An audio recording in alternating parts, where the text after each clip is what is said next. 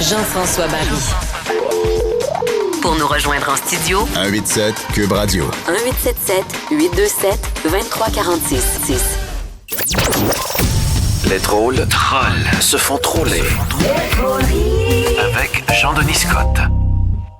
Jean-Denis Scott, rien de mieux que de finir la semaine avec toi et ta revue d'actualité humoristique. Et on commence avec, évidemment, le Royaume-Uni qui s'est doté d'un nouveau premier ministre.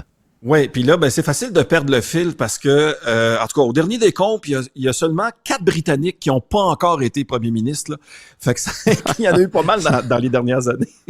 On décrit d'ailleurs ce nouveau PM-là qui s'appelle Keir Starmer comme étant simple, un peu terne et sans éclat. Ce à quoi je réponds.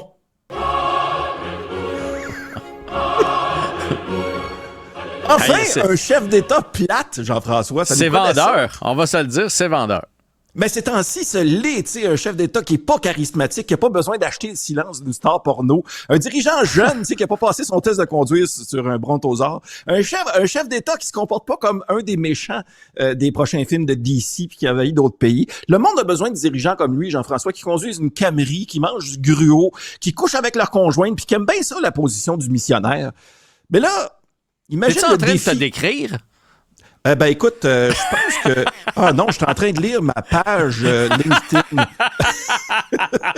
Mais là, une des choses que je suis content de ne pas avoir à faire, justement, parce que c'est pas mon rôle de diriger le Royaume-Uni, c'est de dealer avec les autres chefs d'État. Parce que là, à l'international, je veux dire, regarde avec quels autres dirigeants il va falloir qu'ils travaillent dans les prochains mois. Ça va être un petit peu comme essayer de gérer une classe de maternelle.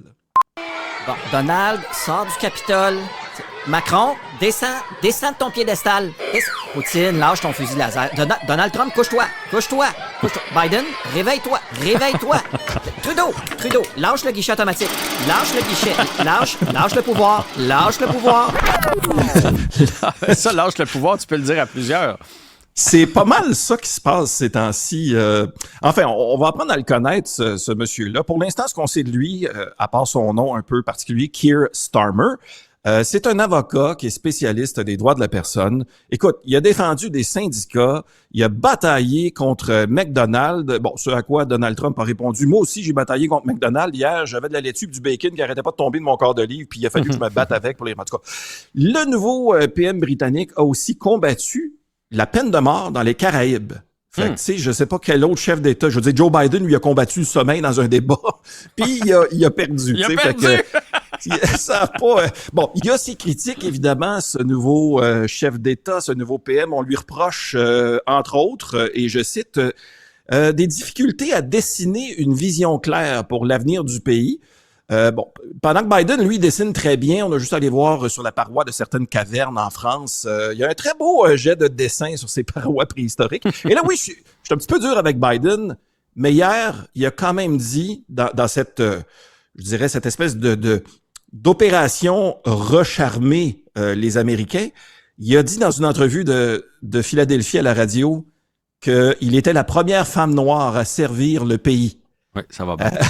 Ça va très bien. On sait qui va être le prochain invité vedette à l'heure du compte drague. Ça, c'est la bonne nouvelle, mais c'est le seul qui raconte une histoire, puis c'est lui qui s'endort finalement. Alors, les chefs d'État, on en est là pour l'instant. Demain, ça va ressembler à quoi l'échiquier international? J'en ai aucune idée. C'est un peu comme une game de risque en accéléré. Chez nous maintenant, c'est fait. Le campement pro-palestinien du Square Victoria a été démantelé. Oui. Il faut dire que ça commençait à dégénérer aussi. Il commençait à avoir des tentes disponibles sur Airbnb. Là. Il était là pour rester. L'autre affaire aussi, apparemment, qui a fait choquer la mairesse Valérie Plante, et c'est ce qui l'a poussé à agir finalement, c'est que Codo Mobile avait peinturé une tente pour faire de la pub. Et là, ça a comme mal passé. C'était beau. C'était plein de couleurs. Mais ça a mal passé. Comme l'immeuble, c'est une référence à l'immeuble. Une référence à l'immeuble. Dans ce cas-là, c'est peut-être un petit peu moins difficile d'enlever la couleur. Tu fais juste défaire la tente. Il y a eu aussi des gestes un peu disgracieux. Il y a le journaliste Yves Poirier qui avait été aspergé d'eau récemment. On me dit aussi que il y a une manifestante qui aurait même craché dessus. Est-ce qu'on a l'extrait de la manifestante? Ouais, c'est ça, elle a craché directement sur Yves Poirier. Alors, très disgracieux. Ça, c'est pas gentil, ça. Non, c'est pas fin. Une question qui reste, c'est pourquoi ça a pris autant de temps avant de passer à l'action? Parce que, par exemple, à l'Université de Toronto, à l'Université de Sherbrooke, Il y a des campements qui ont été démantelés sans problème assez rapidement. Même qu'il y a un petit peu plus d'un mois, il y a l'UQAM qui avait aussi trouvé le moyen d'en arriver à une entente avec les protestataires qui s'est installé à peu près 3 semaines plus tôt. En fait, c'est l'université leur a dit, si vous bougez pas, on vous envoie la fille de l'UQAM. Fait qu'ils ont ramassé leurs affaires quand même assez vite, puis ils ont sacré leur camp. Jean-François, oui. Est-ce que toi aussi, t'entends autant que moi parler de l'Ozempic? Ah ouais, ah C'est vraiment. comme la nouvelle folie.